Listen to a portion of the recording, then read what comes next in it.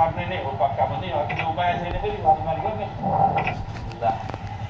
लक्षण त यहाँबाट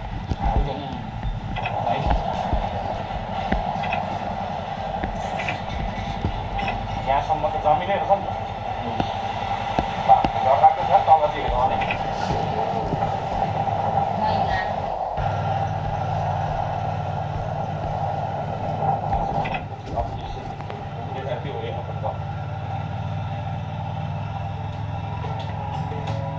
ल मनानको ब्लू लेकमा आएर हामी रोक्यौँ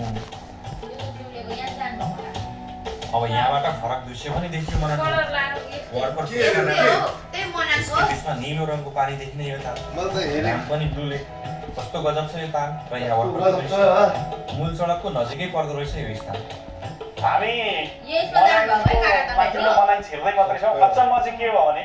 तलसम्म चाहिँ पानी बिकराल परेको अवस्था थियो यहाँ छिरिसकेपछि मौसम यति सफा यति रमाइलो यति घमाइलो झन्डै झन्डै घामै लाग्न आँटेको अवस्था छ यो चाहिँ हो ब्लू लेक अहिले निलै रङको देख्न सक्छौँ हामी यो कस्तो सुन्दर छ यो ठाउँ निलो पानी कसरी भयो थाहा छैन त्यति गहिरो छैन अरे यो अब यो पानीको कलरै निलो भन्नु चाहिँ बुझ्नु पर्यो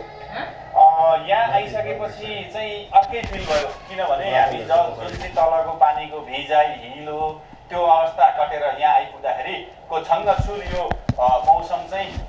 अर्कै दिन नै चाहिँ हामी यहाँ छौँ कि भने जस्तो अर्कै समय यहाँ छौँ कि भने जस्तो चाहिँ महसुस भइरहेछ हेरौँ यो ग्रिन लेक कति रमाइलो छ यहाँ वरिपरिको बाटो कति चाहिँ रमाइलो छ यो सुस्रो डाँडाहरू अनि त्यसको चाहिँ तल चाहिँ यो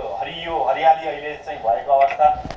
अनि अहिले त यो फेरि बर्खाको समय भएकोले पानी पर्ने सिजनमा चाहिँ यो हरियाली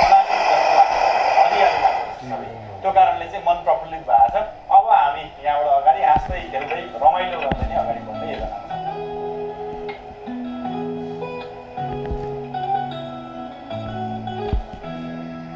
रोडले सिधै